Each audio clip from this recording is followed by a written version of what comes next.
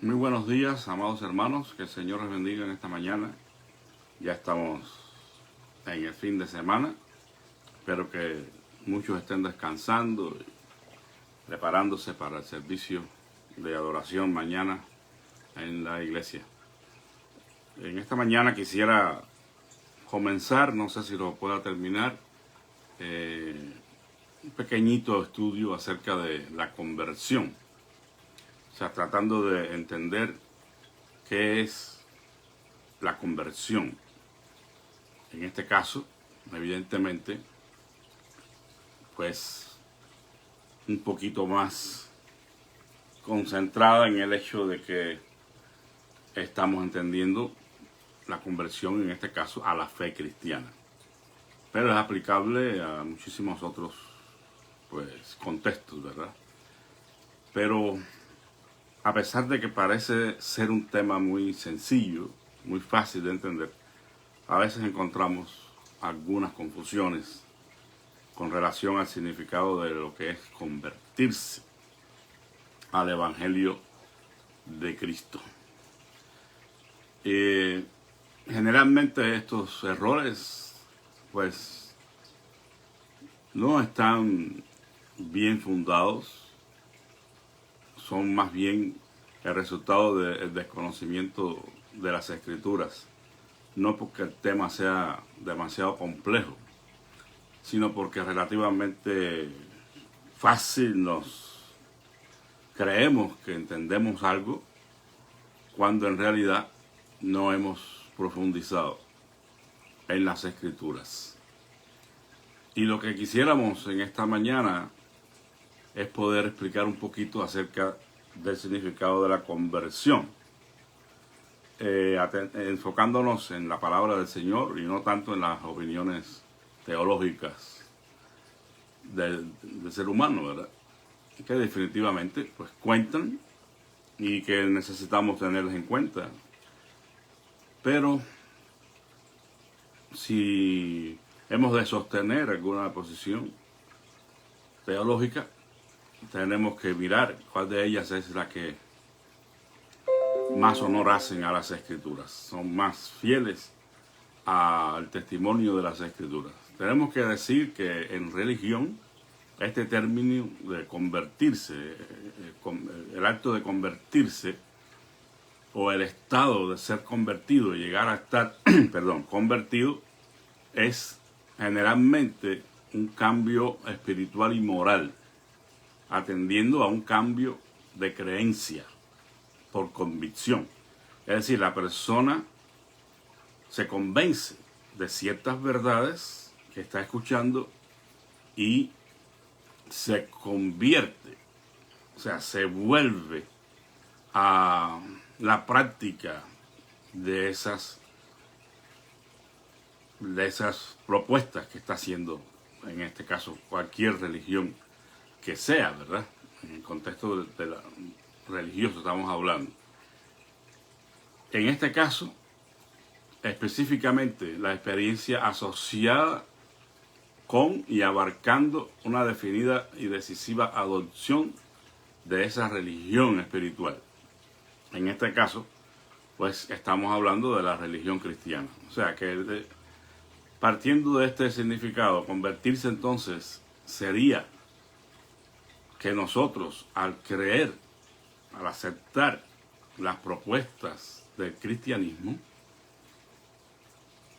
las materias de fe del cristianismo, todo lo relacionado a los conceptos de Dios, Jesucristo, el pecado, el hombre, la salvación, todo eso, llegamos a adoptarlas como ya parte esencial de nuestra vida y nos disponemos a caminar ahora bajo esos principios.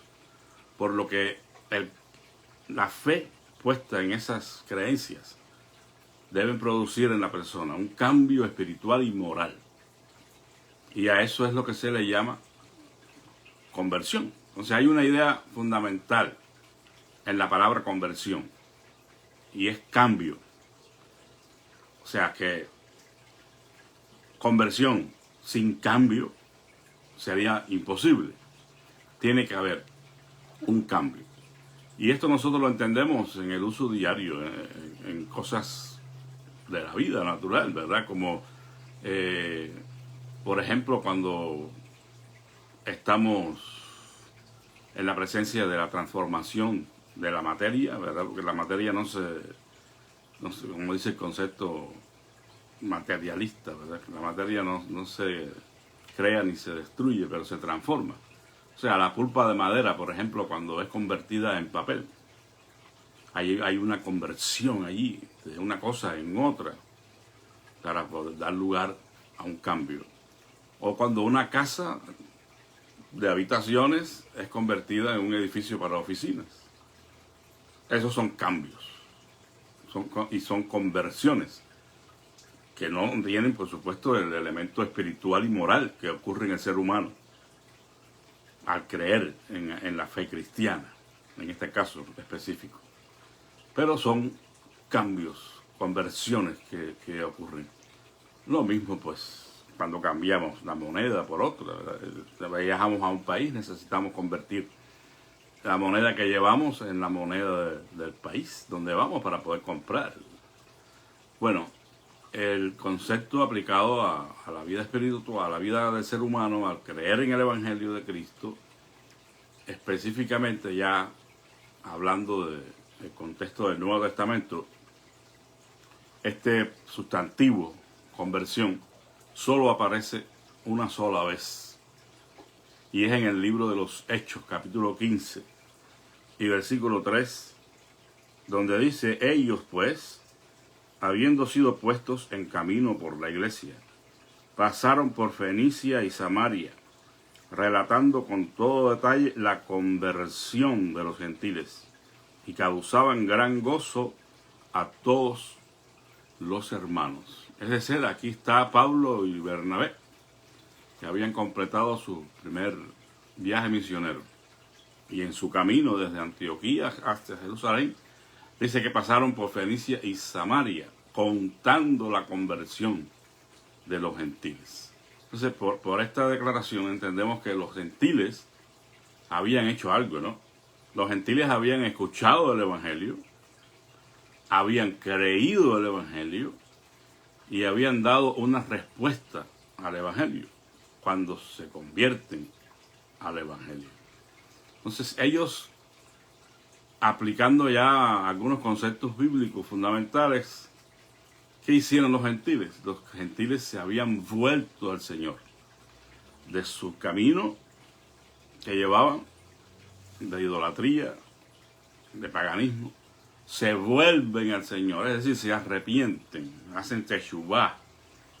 Ellos proponen ahora en sus vidas seguir el Evangelio de Jesucristo, volviéndose de su camino de pecado al camino del Señor. Bueno, hay otras citas bíblicas donde se citan o se contempla la idea de la palabra convertirse o se convierte. Y bueno, hay muchas, no las vamos a leer, sería mucho tiempo. Pero si estás tomando nota, quieres anotar alguna, pues en Mateo 13:15, Marcos 4:12, Lucas 22:32, Juan 12:40, Hechos 3:19, 28:36, Santiago 5:19 y Mateo 18:3. En esos textos se cita la palabra convertir o conviertan en algún contexto. Ahora, resumiendo esta primera parte aquí, el pecador entonces para convertirse debe arrepentirse en primer lugar y volverse a Dios para que entonces sus pecados sean borrados y pueda tener o heredar la vida eterna. Son dos cosas fundamentales que vamos a ir anotando en que están implícitas en la idea de convertirse. Primeramente hay que arrepentirse, por eso cuando Jesús comenzó a predicar el Evangelio, lo primero que dijo fue arrepentíos y creed en el Evangelio. Y después, pues todos también, antes Juan el Bautista, Jesús, todos los que comenzaron a predicar el Evangelio llaman a las personas al arrepentimiento, a volverse a Dios y depositar su fe en Jesucristo, para que entonces puedan ser perdonados de sus pecados y heredar la vida eterna. Ahora, tenemos que hacer una aclaración, y es importante. La conversión no es el perdón. Cuando nos convertimos somos perdonados, pero la conversión no es tan solo el perdón de nuestros pecados, porque hay muchas personas que confunden la conversión y el perdón.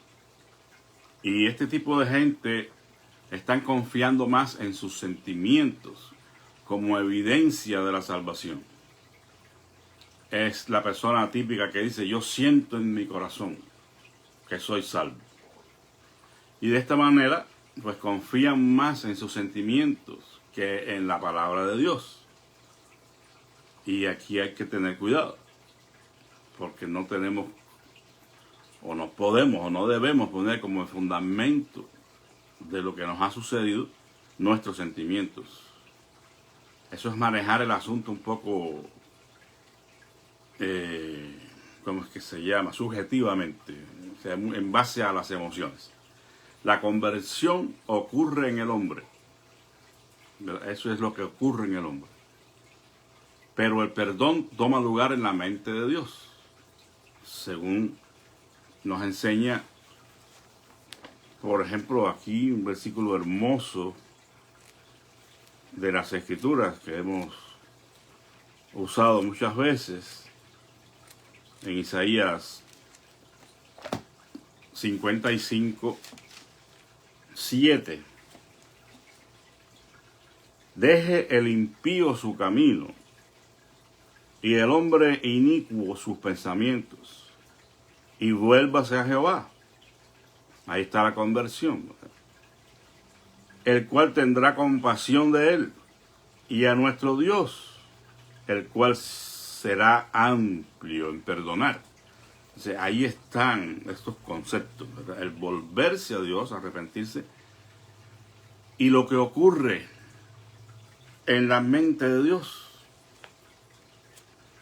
que es el perdonar nuestros pecados. Decimos esto porque es fundamental.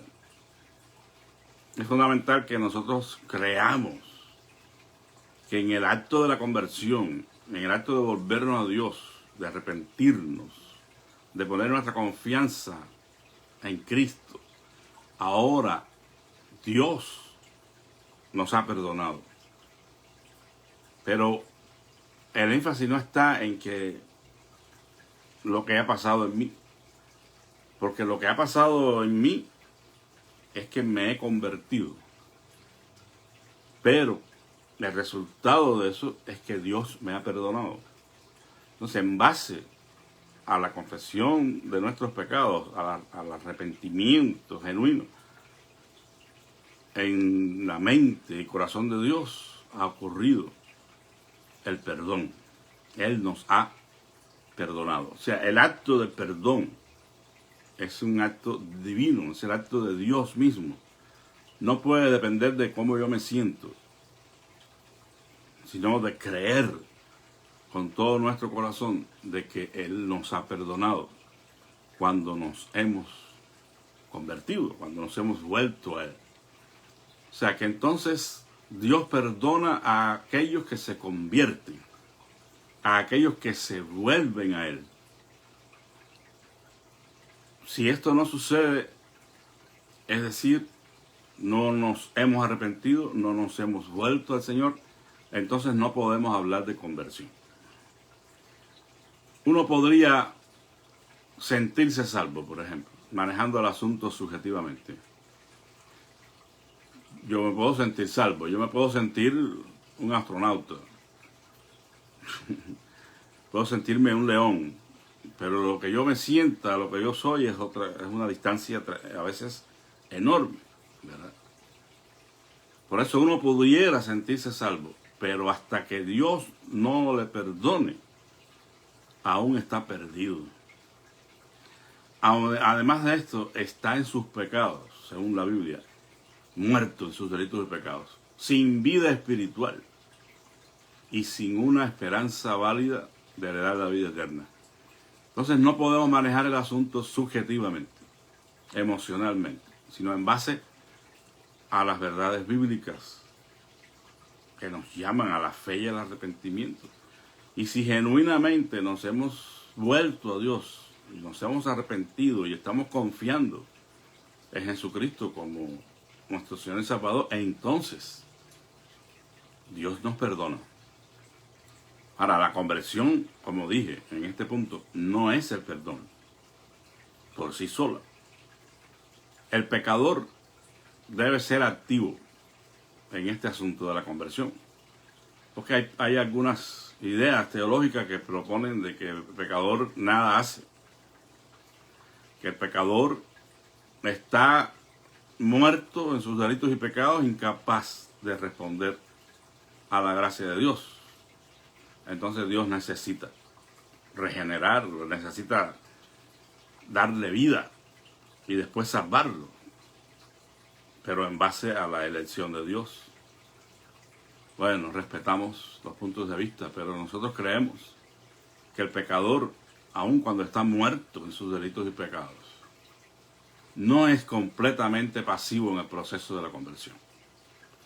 Definitivamente creemos que Dios es el agente fundamental en todo esto, porque sin la acción de Dios no pudiéramos ser salvos. Definitivamente. Entonces, la palabra usada en el original griego para este asunto de la conversión es activa, no es pasiva. E indica que el pecador es en alguna manera activo en su conversión. No depende de él, depende de Dios en última instancia. Pero él no es completamente pasivo en este asunto de la conversión. Y bueno, la palabra de Dios es la que tiene que darnos a nosotros, pues, la respuesta. En 1 Tesalonicenses 1, versículos 9 y 10, que hace poco meditamos aquí, dice de ellos, porque ellos mismos, dice el apóstol Pablo de los tesalonicenses, cuentan de nosotros la manera en que nos recibisteis y cómo os convertisteis a Dios, abandonando los ídolos para servir al Dios vivo y verdadero, y esperar de los cielos a su Hijo, al cual resucitó de los muertos, a Jesús, quien nos libra de la ira venidera. Entonces, los tesalonicenses participaron en alguna manera en esta obra de la conversión. ¿Cómo lo hicieron? Abandonando a sus ídolos y volviéndose a Dios. O sea, aunque nosotros entendamos que la gracia de Dios es la ejecutora de todo esto, por excelencia, porque Jesús dijo, ninguno puede venir a mí si el Padre no le trajere. Y estamos convencidos de que aún con los conceptos que manejamos en nuestra teología, de la gracia preveniente y todo eso, estamos conscientes de que es Dios quien hace todas las cosas en esta obra de la conversión. Pero debe haber una respuesta humana, debe haber una acción de la persona. Y aquí nos está diciendo que como ellos abandonaron a sus ídolos y se volvieron al Dios vivo y verdadero. O sea que hay una acción que debe ser ejecutada por el hombre. El apóstol Pablo había sido comisionado como apóstol y enviado a los gentiles, según Hechos 26, 18. Como resultado de escuchar el evangelio que Pablo les predicó a estas personas de Tesalónica, se apartaron de los ídolos y se volvieron a Dios. Entonces ellos fueron activos, no pasivos, en su conversión. Romanos 1:16 es otro versículo que llama, ¿verdad?, a nuestra atención en esta mañana. Dice aquí: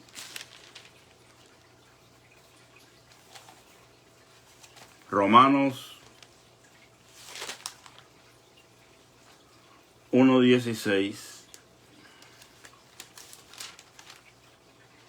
porque no me avergüenzo del Evangelio, porque es poder de Dios para salvación a todo aquel que cree, al judío primeramente y también al griego. Entonces, el Espíritu Santo obra en la conversión de los pecadores a través del Evangelio, porque no me avergüenzo del Evangelio, que es poder de Dios para salvación. Entonces, no puede haber conversión si no hay una obra en el ser humano como resultado de haber escuchado el Evangelio de Jesucristo, haber recibido en su corazón, en su mente, estas verdades, ser convencido por el Espíritu Santo de pecado, justicia y juicio a través de la palabra. Entonces, es importante que entendamos esto, porque no hay conversión verdadera si no hemos sido convencidos de nuestros pecados a través del Evangelio de Jesucristo. Si no se nos ha predicado el Evangelio y no hemos creído en el Evangelio, arrepintiéndonos y volviéndonos a Dios, no hemos sido convertidos. Así de sencillo. La experiencia de la conversión no es algo misterioso, no es algo que debe ser manejado subjetivamente. Simplemente tiene que haber habido un encuentro con el Evangelio de Cristo, con sus verdades, y tiene que haber habido un convencimiento de pecado, un genuino arrepentimiento y una confianza en Dios para comenzar a vivir una nueva vida. ¿Cómo hace Dios para atraer a las personas a Él? Ya habíamos dicho que Jesús dijo en Juan 6:44, ninguno puede venir a mí si el Padre que me envió no le trajere. Ahora, ¿cómo hace Dios para atraer a las personas a Él? Bueno, en el versículo 45 dice que los pecadores son enseñados por Dios por medio de escuchar el Evangelio. En Juan 6:45. Es decir, que la única manera en que Dios puede atraer a una persona a Él es por medio de que esa persona escuche el Evangelio. Y escuchando el Evangelio se arrepienta de sus pecados y ponga su confianza en Cristo. Son enseñados. Es decir, aquellos que aprenden estas verdades son los que vienen a Cristo, traídos por el Padre, pero en base al entendimiento de las verdades del Evangelio. Es decir, que los pecadores son enseñados por Dios por medio de escuchar el Evangelio. Y este aprendizaje nunca se acaba. No solamente es la enseñanza que recibimos para ser convertidos, sino para seguir caminando con el Señor. Necesitamos ir aprendiendo lo que el Evangelio nos dice, la doctrina de Cristo, y vivir de acuerdo a ella. Entonces hay una respuesta aquí también de parte del hombre. El hombre aprende lo que es enseñado por Dios y se arrepiente, responden al Evangelio. Entonces los que rehúsan venir, entonces no es porque no puedan hacerlo, sino porque no quieren venir a Cristo, ¿no? Simplemente ellos no lo desean y por eso no lo hacen. Pero no porque estén incapacitados ante el llamado que Dios hace al arrepentimiento y a la fe. Ahora, finalmente, ¿qué es la conversión? Bueno, la conversión implica un cambio completo en la actitud,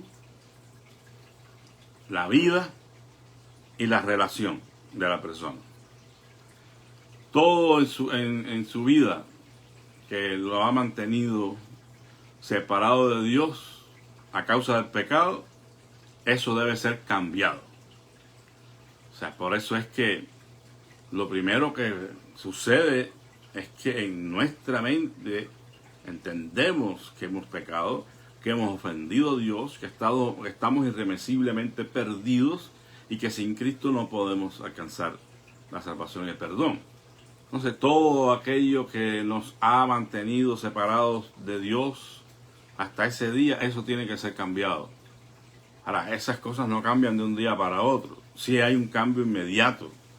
Cambia la actitud de la persona se arrepiente y se dispone a servir a Dios. Pero, a partir de ese momento, como dice 2 Corintios 5:17, de modo que si alguno está en Cristo, nueva criatura es, de aquí que las cosas viejas pasaron y todas son hechas nuevas. Pero todas las cosas no son hechas nuevas de la noche a la mañana, ¿verdad? Se comienza a vivir un proceso de santificación, de transformación a la imagen de Cristo en nuestros corazones, semejantes a Cristo, a la imagen de Dios. Entonces eso comienza el día de la conversión, pero eso toma toda la vida nuestra incluso, para que vayamos creciendo en santificación, creciendo en el conocimiento de Dios y su palabra.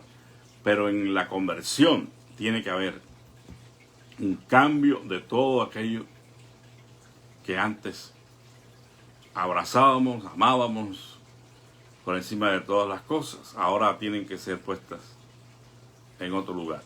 Y tenemos que disponernos a servir y amar a Dios con toda la fuerza de nuestro corazón. Entonces eso tiene que ser cambiado, porque lo que nos ha mantenido lejos de Dios no ha sido otra cosa que el pecado, que la vida centrada en uno mismo. Entonces, eso tiene que cambiar en la conversión, en una primera instancia, ¿verdad? Porque de otra manera no nos dispondríamos a seguir ahora el camino del Señor. Entonces hay tres cambios distintos implicados en este proceso de la conversión. Recuerden, todas estas palabras que terminan en sion indican un proceso. Entonces la conversión sí, es cierto que ocurre en un momento, en el tiempo y en el espacio, un momento que podemos señalar, tal día, a tal hora yo decidí seguir a Jesucristo y me convertí. Pero es un proceso que ha de seguir. Como es proceso, entonces tiene que haber muchos actos de conversiones en nuestra vida. Vamos a ir haciendo ajustes y cambios en pro del Evangelio, de acuerdo a la voluntad de Dios. Entonces, lo primero que sucede es un cambio de corazón, o sea, lo que es la mente, ¿verdad? Corazón y mente son sinónimos en las Escrituras, y usando el término corazón, en nuestra cultura occidental estamos hablando del asiento de las emociones. Entonces tiene que haber un cambio en las emociones. Tenemos que experimentar el pesar por haber pecado, por haber ofendido a Dios, y el gozo de haber sido perdonados. Ahora el corazón, la vida nuestra, ha sufrido un cambio poderoso, genuino, único en la conversión, que nos ha movido, que nos ha trasladado de las tinieblas a la luz admirable de Cristo. Entonces tiene que cambiar nuestra manera de pensar, nuestros afectos, ahora nuestros amores, si lo queremos decir más poéticamente, van a ser puestos en Dios, en su palabra, en su reino. Ahora Él es lo primero en nuestras vidas. Además del cambio de mente y corazón, que es lo mismo, ocurre un cambio de vida. O sea, no es que con una varita mágica somos transformados de un ser imperfecto a un ser perfecto y todas las cosas ya están maduras y completas en Cristo. No, eso es imposible. Pero sí hay un cambio de vida sustancial, porque ahora yo he comenzado a vivir para Dios y estoy muriendo al mundo, a la nueva vida. Ahora se me ha hecho partícipe, según las palabras del apóstol Pedro, de la naturaleza divina. Y ahora vamos a ir siendo transformados, añadiendo a nuestra fe virtud y a la virtud conocimiento y todas esas cosas que habla el apóstol Pedro. Después del cambio de vida hay un cambio en la relación. Fíjense que estas son tres cosas importantes para que haya conversión. Cambio de corazón o de mente, cambio de vida y cambio de relación. Ahora, uno de los conceptos de la salvación es la adopción. Es decir, que hemos sido adoptados en la familia de Dios, en la conversión. Ya no somos bastardos, ya no somos hijos del diablo, ahora somos hijos de Dios. Dice Juan, mirad cuál amor nos ha dado el Padre, para que seamos llamados hijos de Dios.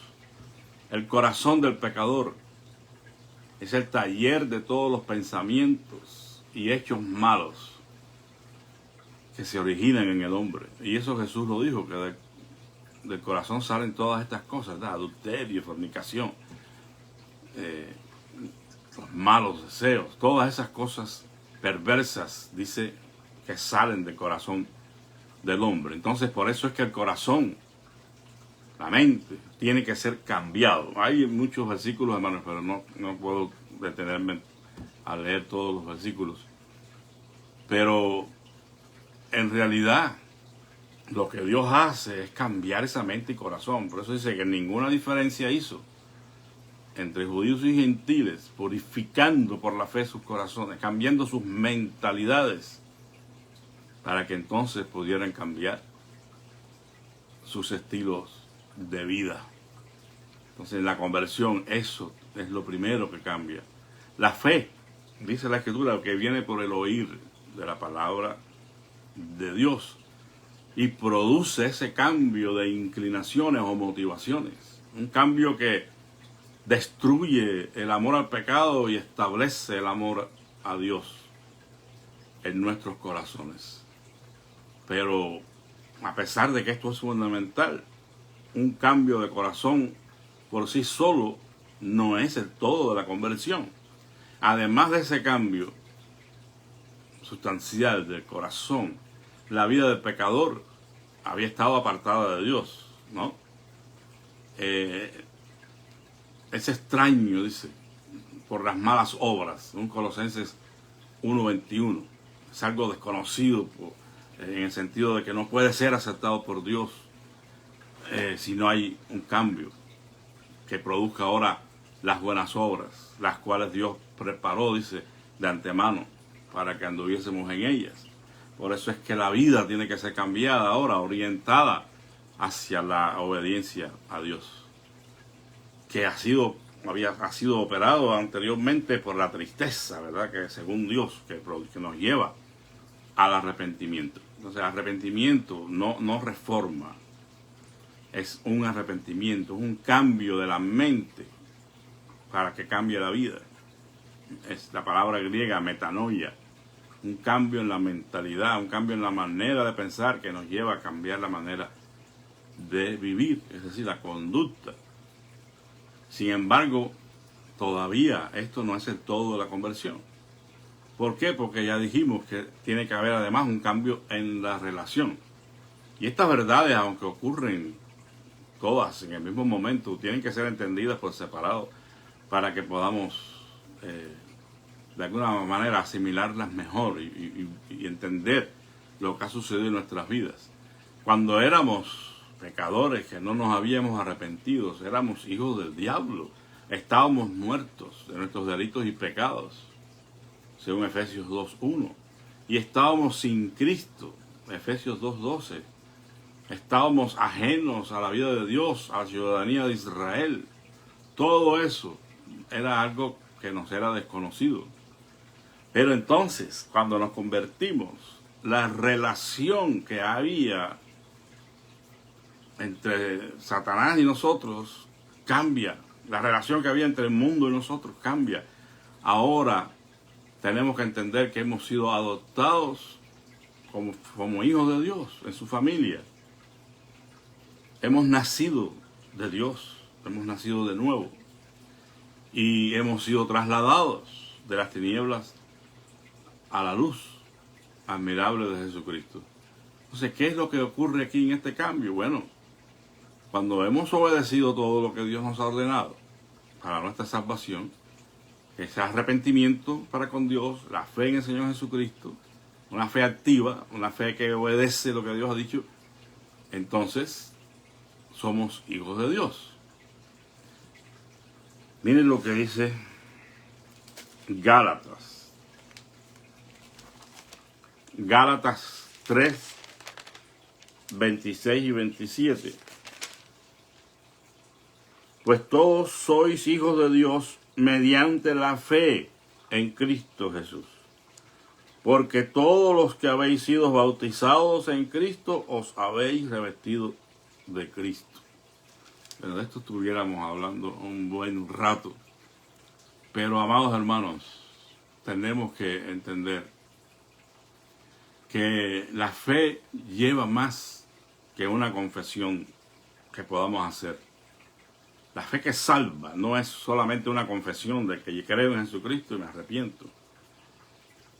Aquí dice, por la fe en Cristo Jesús, pero los que habéis sido bautizados. O sea que el bautismo es una parte esencial de la fe. Y es una de las respuestas humanas a la gracia salvadora de Dios. Por cuanto el ser bautizados forma parte de este acto de fe. Cuando aquellas personas le preguntaron a Pedro, ¿y qué es necesario hacer para ser salvos? Pedro dijo, arrepentíos y bautícese cada uno en el nombre de Jesucristo para el perdón de sus pecados. En la misma, vamos a decir, conversión de alguna forma de Pablo a la mesianidad de Jesús, también se le preguntó, ahora pues, ¿por qué te detienes? Levántate y bautízate y lava tus pecados, invocando su nombre. Vamos a asegurarme de que esto haya sido de él o de alguien más. Lo encontramos en Hechos 22, 16.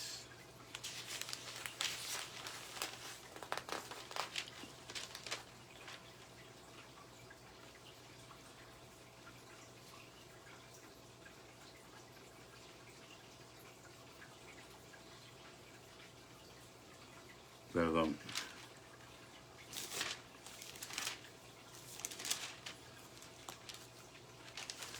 Creo que tengo el texto confundido.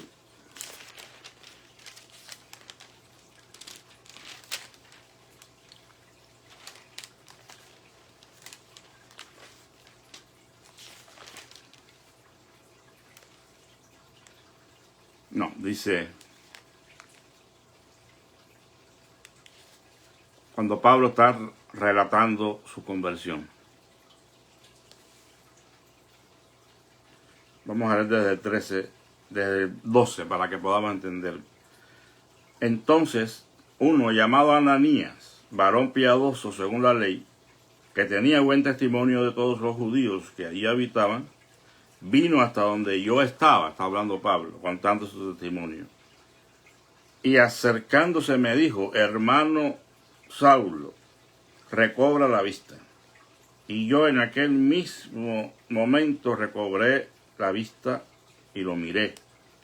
Y él dijo, el Dios de nuestros padres te ha designado para que conozcas su voluntad y veas al justo y oigas la voz de su boca, porque le serás testigo ante todos los hombres de lo que has visto y oído. Ahora pues, ¿a qué esperas? Levántate y bautízate y lava tus pecados, invocando su nombre. O sea que entonces el acto del bautismo es parte de esa experiencia de fe, de ese acto de arrepentimiento que nosotros recibimos, ¿verdad?, o hacemos delante de Dios. Y eso, hermanos, es lo que cambia la relación. Y esto es importante que lo entendamos. Hay muchas personas que han pospuesto por años el bautismo. Y eso es incomprensible. en la experiencia de una persona salvada. El bautismo es algo que forma parte de esta experiencia. Vamos a explicarlo y con esto terminamos. Los cambios que ocurren en la relación de un hombre y una mujer, por ejemplo, para ilustrar el cambio que ocurre entre la persona, el pecador que se arrepiente y Dios, para que cambie su relación.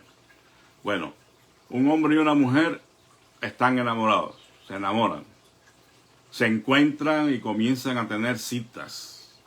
Van a comer, o van a la playa, bueno, empiezan a conocerse. Esas citas, esos encuentros, hacen que sus corazones comiencen a cambiar del enamoramiento al amor. Ya de pronto ya no solamente es una atracción física nada más, sino que se van enamorando de esa persona. Como resultado de haberse enamorado, deciden comprometerse y hacer votos de matrimonio. Bueno, ahora es el momento en que ya el uno no tiene ojos para ningún otro que no sea para su comprometida o su comprometido. Pero, aunque el amor es genuino, es verdadero, del uno para el otro, todavía no se han casado. Finalmente, ellos cambian sus votos y se convierten en marido y mujer, llegan al altar. La ceremonia nupcial no hace que ellos se amen más. Ya ellos se amaban y por eso decidieron casarse. Ni los hace algo más fieles el uno al otro que lo que eran antes de casarse. Pero sí ocurre algo con esa ceremonia, y es que cambia su relación.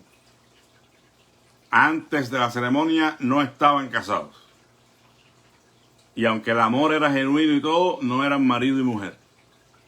Después de la ceremonia están casados.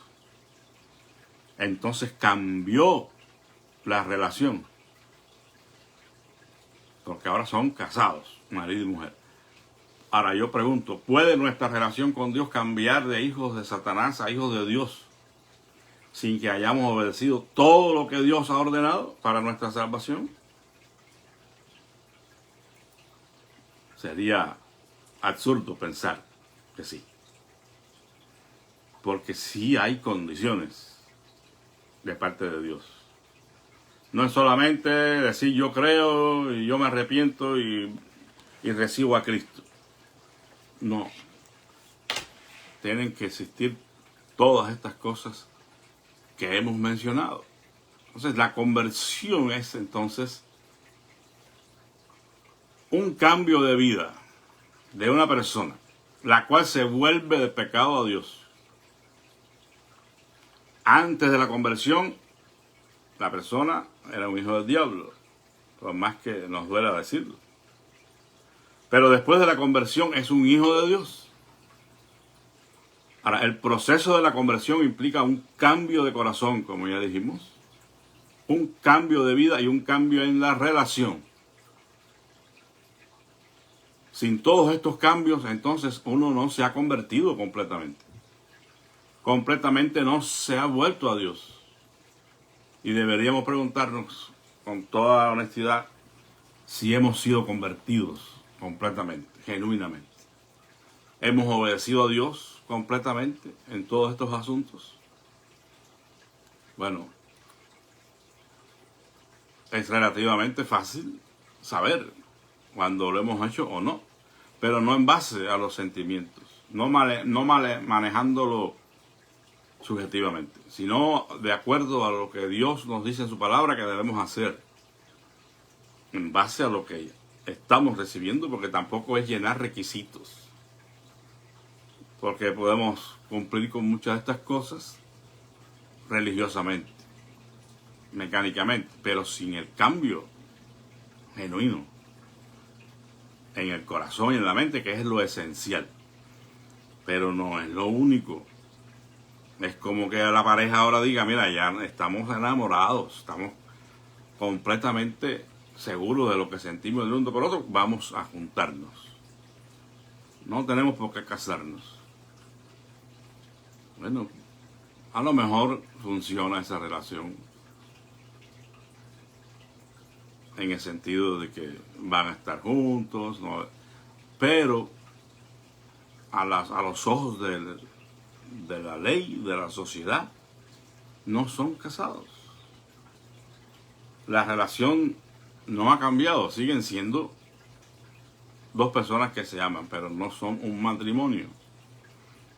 Entonces deberíamos obedecer todo lo que Dios nos ha dicho. Y el Señor Jesucristo dijo que debemos arrepentirnos, que debemos creer y ser bautizados para que nosotros podamos con toda certeza que somos hijos de Dios por la fe en Cristo Jesús, bautizados en su nombre. Que Dios les bendiga, hermanos. Gracias por escuchar. Fue un poquito más pesado en esta mañana, pero espero que haya aprendido algo. Quiero pedir que me ayuden a orar por Norma Escobedo, que lamentablemente esta prima cuñada de nuestra hermana Irma Menchaca, por la que hemos estado orando, ella empeoró de su condición y los médicos ya no dan esperanza. Oremos sobre todo para que, si esto fuera así, pues ella pueda estar segura de su salvación en Cristo Jesús, que tome la decisión, si no lo ha hecho, de creer en Jesucristo como su Señor y Salvador y pedir perdón por sus pecados. Otra persona que está muy grave y que no se cuenta con ella, ese joven, relativamente joven, Paco Contreras, por el que hemos estado orando, pues supe que está muy mal. Solo un milagro lo puede salvar, hermanos. No sabemos los planes y propósitos del Señor. Dios puede hacer cualquier cosa. Pero una vez más, que Él pueda tener la oportunidad de conocer a Jesucristo como su Señor y Salvador. Entonces, Norma Escobedo, Paco Contreras y un niño llamado Beto, es un bebé. Es el hijo de una señora que se llama Ivonne Delgado, y este niño necesita ser atendido médicamente con un problema que tiene, delicado de su salud, y estaremos pidiendo a Dios que le asista en su necesidad. Creo que como peticiones nuevas solo tenemos esta. No he tenido noticias de Pastor Betanzos, pero esperemos en el Señor de que haya salido bien de su operación. Oremos por el campamento o mini campamento de jóvenes y niños que vamos a tener en nuestra iglesia, si Dios lo permite, este fin de semana que viene. Que la hermana María y las hermanas que están ayudándole pues tengan toda la asistencia del Señor para que esto sea una bendición para nuestros jóvenes y niños.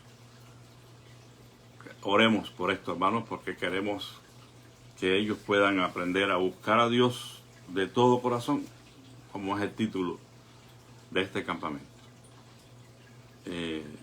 Oremos por la iglesia, no solamente la iglesia de Sus Flores, sino por todas las iglesias que se esfuerzan por llevar el verdadero evangelio a las vidas que lo necesitan. Y bueno, pues gracias le doy por apoyarnos en las oraciones. Oremos. Bendito Dios y Padre de nuestro Señor Jesucristo. Alabamos y bendecimos tu santo nombre en esta mañana y te damos gracias.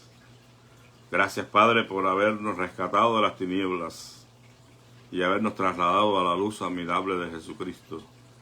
Gracias por haber producido en nosotros, así como el querer como el hacer por tu buena voluntad, y llevarnos a dar una respuesta a la invitación de tu gracia para perdonar nuestros pecados y hacer de nosotros una nueva criatura en Cristo. Te pido que si alguien no ha dado este paso todavía, tú, Señor, le ayudes a reflexionar y a pensar y a poner en ti toda su confianza, pidiendo perdón por sus pecados.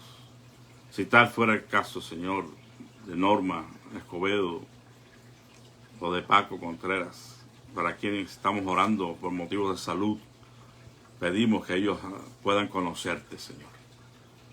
Sabemos que Paco está inconsciente, pero tú puedes tratar con el ser humano en cualquier nivel o dimensión, porque tú eres el Dios Todopoderoso. Solo te pedimos, por favor, que este joven tenga la oportunidad de arrepentirse de sus pecados, Señor, si no lo ha hecho. Su vida está en tus manos, si tú tienes el poder para levantarle, Señor, y hacer que sus pulmones sean liberados y su cerebro, porque nada es imposible para ti, Señor. Y lo ponemos bajo tu cuidado y protección, Señor. Te pedimos por Norma Escobedo también, Padre, que ha tenido este retroceso, Señor, en su estado de salud. Nada es imposible para ti. Y sabemos, Señor, que tú puedes sanarle completamente. Pero sobre todo nos preocupamos por su condición espiritual. Señor, si es que todavía ella no tiene la seguridad de su salvación, revélate a su vida, Padre amado. Consuela, Señor, a toda la familia ante todas estas noticias. Fortaléceles y ayúdales a saber, Señor, y a creer con todo su corazón de que tú estás en el control de todo. Oh Padre, te pedimos por este bebé, Señor Beto, que necesita esta ayuda tuya, Señor, en su cuerpecito. Tú conoces cuál es el asunto, Señor. Te rogamos que tú pongas tu mano poderosa de una u otra manera, Padre, haciéndolo tú directamente o usando estos médicos para que este niño pueda ser sanado, Dios. Provee todas las cosas que necesitan para que se efectúe, Señor, esta intervención médica. Todos los recursos que puedan necesitar, Señor. Su mamá, su papá, toda la familia. Te rogamos que tú tengas compasión, Señor. Así, mi Dios, te agradecemos por las peticiones que has respondido, por la manera en que has obrado. En la vida, Señor, de Ana Alfaro, de Fructuoso García. Señor, gracias por nuestro pastor Teo Flores, a quien tú has permitido salir avante de esta operación. Alabamos y bendecimos tu nombre. Y rogamos, Padre, por nuestra hermana Esmeralda Dana, por su hijo Billy, Señor, que tú trates en sus corazones, en sus cuerpos. Consuela y fortalece a mi hermana, Señor, Esmeralda, que ella necesita de que la paz tuya, Señor, le sostenga en medio de todo esto que ha estado pasando. Guárdanos a todos, oh Dios, muy cerca de ti en este día. En el nombre de Jesús. Amén.